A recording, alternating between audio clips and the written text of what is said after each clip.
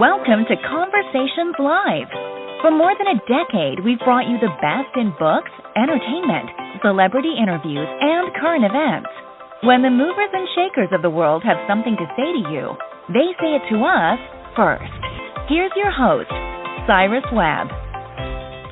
Welcome back, everyone, to Conversations Live. I'm your host, Cyrus Webb. Glad you all could join us once again. But for our radio audience here in Mississippi at WYAD 94.1 FM and WYADonline.com, we're glad that you all could be with us. Also, joining us are our friends at iHeartRadio and Amazon Music Podcast. We're glad you all could be with us as well. I think the great thing about history is that we're able to not only to learn some great examples of what is possible, but also what we can overcome. And it's definitely true in a brand new book by Paula Young Shelton. It's called Just Like Jesse Owens. It's a great book that she was able to write based on a experience that her father, Ambassador Andrew Young, shared with her. We're going to talk to Ms. Shelton not only about the writing of the book, but also the looking back at history, the lessons learned, but also the great things that young people can take from it as well. Ms. Shelton, thank you so much for the time. Really do appreciate it. Thank you so much for having me. Look, I really enjoyed this book. There's so much for us to talk about, and what I thought was so interesting and sad about it, Ms. Shelton, is that even though we're talking about the 1930s, we could really be talking about 2022. So I want to begin there. I mean, what was it like for you to think about this account from your father and how timely it is for us today? Well, that is discouraging at times when I think about how much my father fought for voting rights and how much they sacrificed during the 60s for equality. And now, you know, we see some of these same fights coming back around again. But I think the lesson is the same, is that you have to really focus on what you want, focus on the goals, and keep working towards that. It is a beautiful cover, Ms. Shelton, and even to see what the illustrator had to say about them being able to resonate with your father's story. What I love about it is it really does show, for one thing, forward movement, but also it shows America. It shows the world and the races of the children. So I want to talk about that part of the story for you. I mean, have you always known that you wanted to share this story with the world? I heard this story countless times growing up, and I have always been a writer and enjoyed telling stories, and I think I got that from my dad, who would use stories to kind of teach us lessons. So it was wonderful to have this opportunity to share one of his stories in a children's book. And the love of community definitely comes across. It's great to be able to see how your father talked about being able to go home and, being able to greet those who were there, with his father, and being able to have that respect for them, those who were there, in his place of business, before being able to go to his family.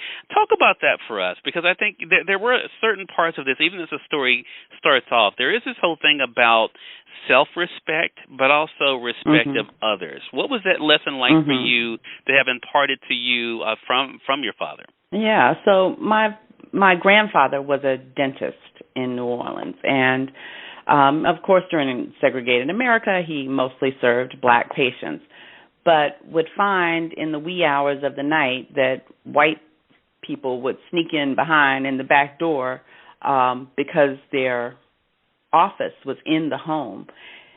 They would come to him, in desperation, and found that he was always welcoming.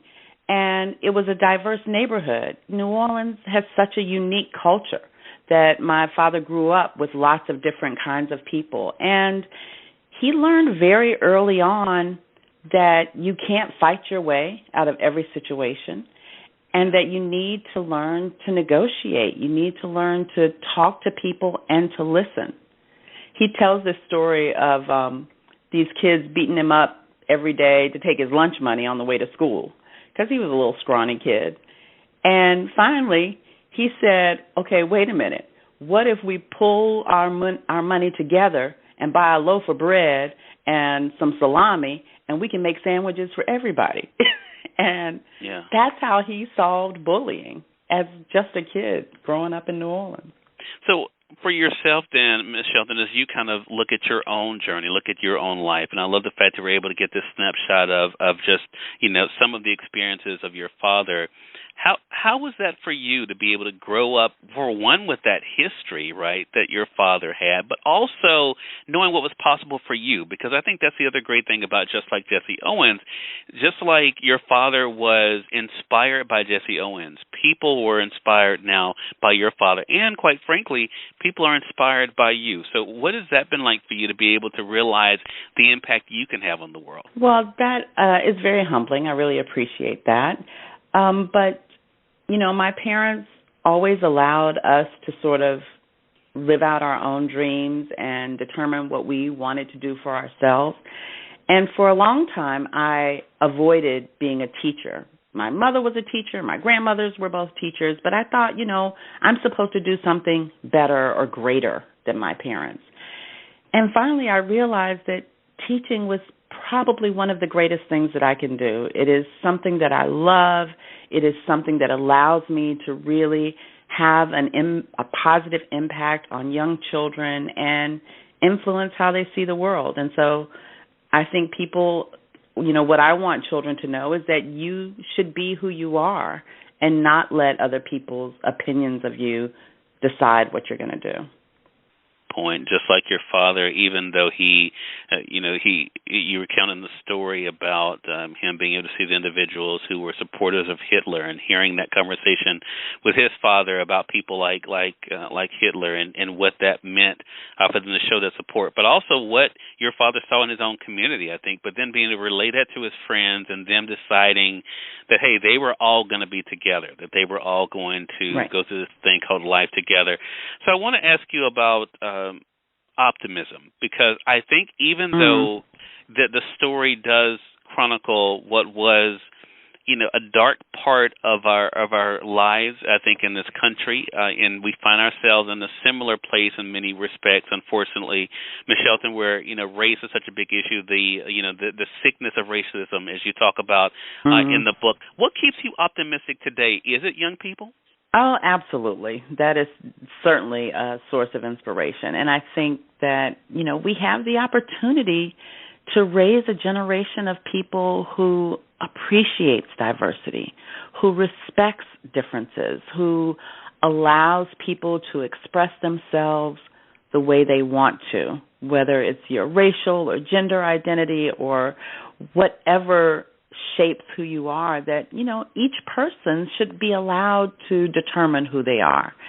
And so I think this is a great opportunity to expose children to lots of different stories so that they can grow up with that respect and admiration for differences.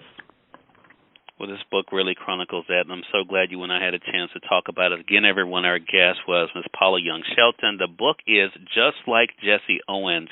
You can get it through our friends at Amazon.com or through your favorite local bookstore. If they don't have it, I know they'll be more than happy to order it for you. And, Ms. Shelton, I have to ask you, how can our audience stay connected with you? Oh, you can find me on Instagram, PY Shelton, and I'd love to hear from you. All right, Ms. Shelton, thank you so much for the time. And again, congratulations on the book, and looking forward to speaking with you again. Thank you so much. I really appreciate this opportunity. The pleasure's definitely all ours, and we thank you, our audience, for tuning in to another great segment of Conversations Live. Until next time, I'm your host, Cyrus Webb, saying as always, enjoy your day, enjoy your life, enjoy your world. Thank you all for choosing Conversations Live. Now let's go make today amazing. Take care.